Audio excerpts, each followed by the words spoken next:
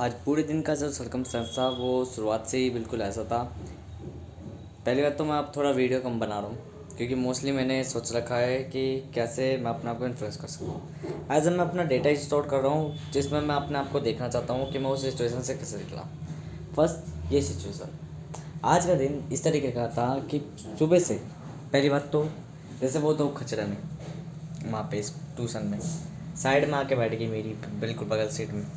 ठीक है, पूरा दिन फिर आया वहाँ पे मेरे शुरुआत में सुबह दोस्त जो बाकी थे वो आइडिया दिखा रहे उन खजनों की। अब मैंने घर आके इन्फ्लुएंस में होकर सर्च मारने लग गया, इंस्टाग्राम और डाउनलोड करा, लॉगिन करा, फेक आईडी बनाई। ठीक है, कई तरीके से उसमें लॉगिन करने की कोशिश करी। अब उसी के बीच में मैंने अपना सारा जब इन्फ्लुएंस में हो चुका, पेशेंस लॉस कर चुका, या मैंने ये पहले कही थी ना कि जब भी आप किसी जगह पे कोई चीज़ आपके फेवर की नहीं है तो वहाँ टिको ही मत, रहो ही मत। ठीक है ना। अब मैं वहाँ रहा, मैंने सोचा चलो कोई दिक्कत नहीं है, फ़ोन खोलो, मास्टरबेट करेगी नहीं। अब ये जो इन्फ्लुएंस होता है एक पे एक स्टेप करता है, ये होता है पैनिक स्टेप्स। पैनिक स्टेप्स का मतलब है जब आप इन्फ्लुएंस में हो जाते हो तो आप कहते हो, आप एक्सक्यूज़ देते हो, इग्नोर करते हो छोटी छोटी चीज़ों को।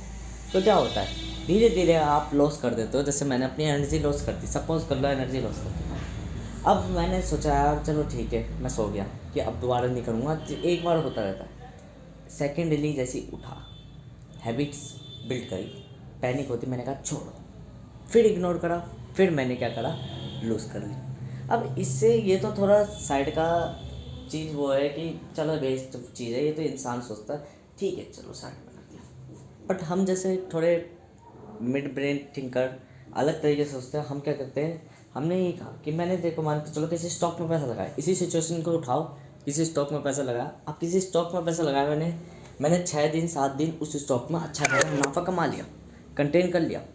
बट मैं इन्फ्लुएंस होकर, मैं किसी चीज़ से प्रभावित होकर मैंने उसमें फर्स्ट ऑफ ऑल लॉस कर लिया बहुत ज़्यादा। ठीक है, फर्स्ट ऑफ मैंने लॉस कर लिया, मतलब कि रिलीज़ कर दिया, और रिलीज़ कर दिया तो लॉस हो गया। ठीक है, देन मैं उस लॉस को कवर आउट करने के चक्कर में मैं एक आधे लॉस और कर दिए।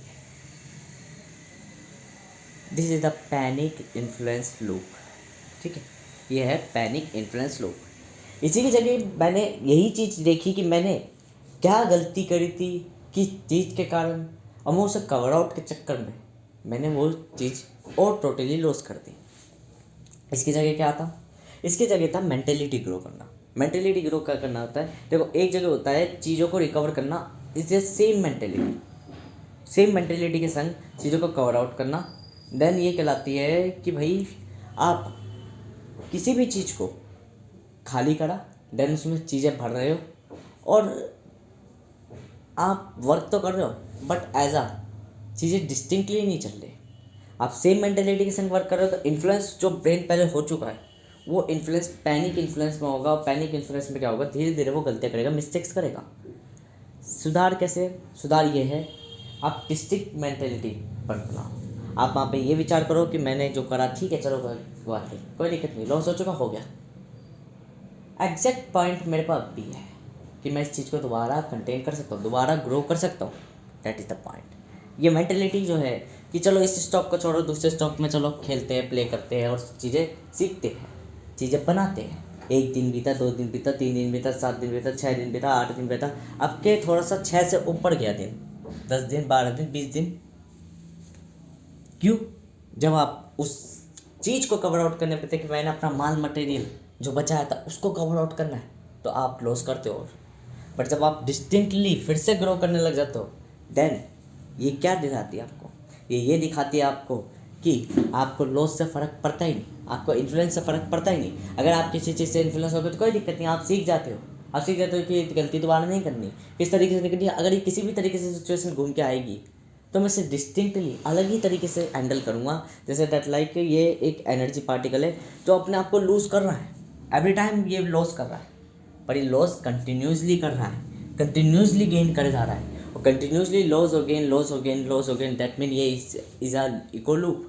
अगर ये इको लूप बन गया, दैट मीन आप वो मार्केट में वो चैम्बर खोल लिया आपने गैम्बलिंग में, जिसमें आप पैसा डाल रहे हो, पैसा निकाल रहे हो, और पैसा जितना मर्जी चाहे उतना निकाल रहे हो अपनी मर्जी से, और उसमें गेन कर पा रहे हो एज अ सिस्टम लूप, कि आप मार्केट से पैसा उठा पा रहे हो, मार्केट से पैसा निकाल पा रहे हो और अपने अनुसार खर्च कर पा रहे हो। That is the fact. कि आपकी फर्स्ट कैपिटल अगर आप लॉस कर रहे हो तो टोटली लॉस तो कर नहीं पाओगे, ठीक है ना। तो आप पैनिक ना हो, इन्फ्लुएंस ना हो, जो स्टॉक पड़ा पड़े रहने दो, भूल जाओ। देन सेकेंडली आप रिगेन करो, अलग से डिस्टिंक्टली रिगेन करो, अलग से डिस्टिंक्टली। यूँ नहीं कि एक कंपनी में अगर डूब गए तो उसी कंपनी में दोबारा लगा के कवर आउट करना कैसे ना कैसे करके, नहीं। आप उसे अगर गलती से आपने अपने शेयर्स इन्फ्लुएंस में आकर डिलीट भी कर दिए, रिलीज भी कर दिए, कोई दिक्कत नहीं। अब उसी में लगा के दोबारा अपने आप को वहीं पे मैं इसी से कम वो करूँगा, नहीं। आपको सेकंड जगह जाना है, आपको सेकंड चीज़ों पे और बेटर देना है। जैसे मान के चलो मैंने ये तो कर लिया, बट मैंने चीनी 4 दिन से त्याग रखी है, मैंने चीज़ें वातावरण अपना त्याग रखा है, क्या वो चीज़ें इन्फ्लुएंस हुई? नहीं। तो वो चीज़ें मेरी फेवरेबल की थी ना। मैटर करता है आपका कि आप एक स्टॉक में लॉस कर रहे हैं, कोई दिक्कत नहीं। आपका ओवरऑल पोर्टफोलियो बढ़िया है ना।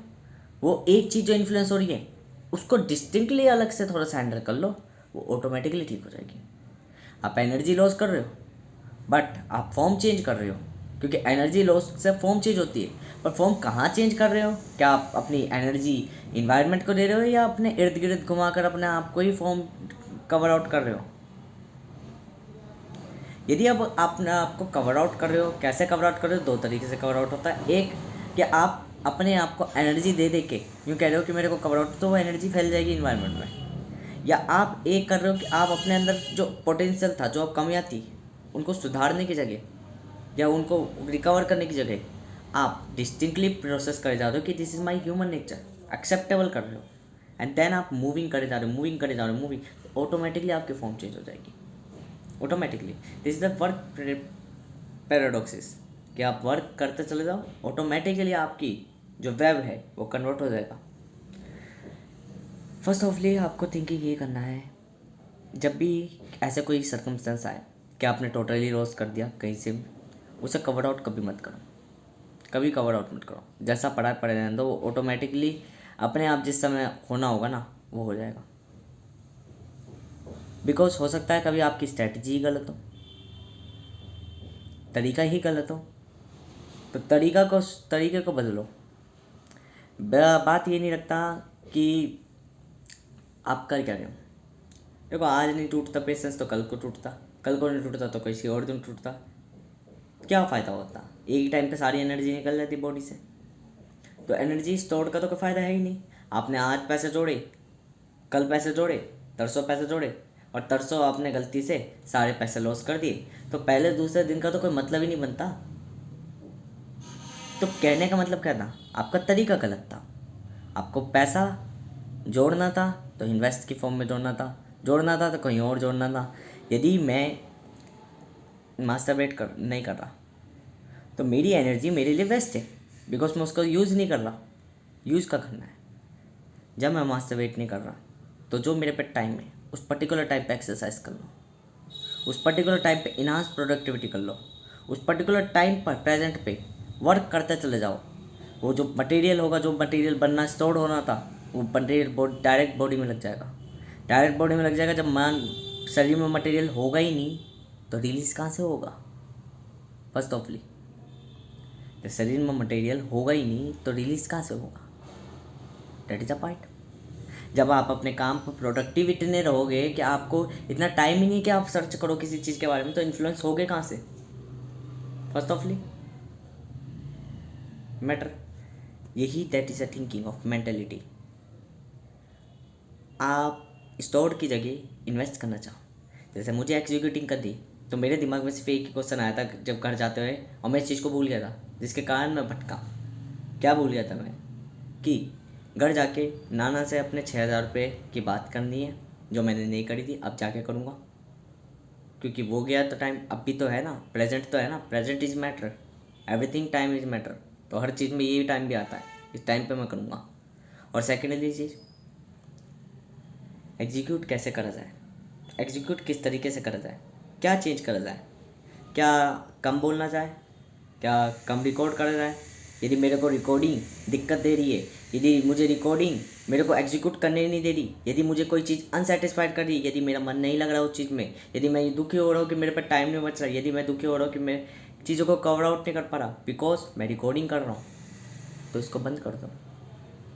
मैंने कही थी कि सेक्स करने के बाद आपको नेचर खुद ही बता देता है आपकी कि सेक्स करने के बाद आप अनसेटिस्फाइड हो, तो सीधी सी बात यह है आप सेक्स करना बंद कर दो। यदि सेक्स करने के बाद मेन पार्ट से आपको बदबू आ रही है, तो सीधी सी बात है आप सेक्स करना बंद कर दो, मस्टरबेट करना बंद कर दो। क्यों?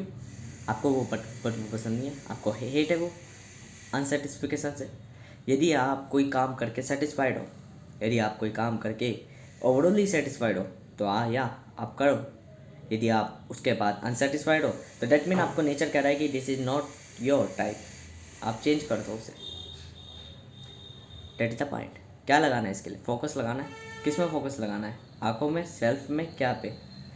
फोकस सिर्फ ये लगाना है जब भी हम कुछ वर्क करते हैं क्या हमें उसमें सेटिस्फिकेशन मिल रही है, यदि या तो ओके, यदि नहीं तो चेंज।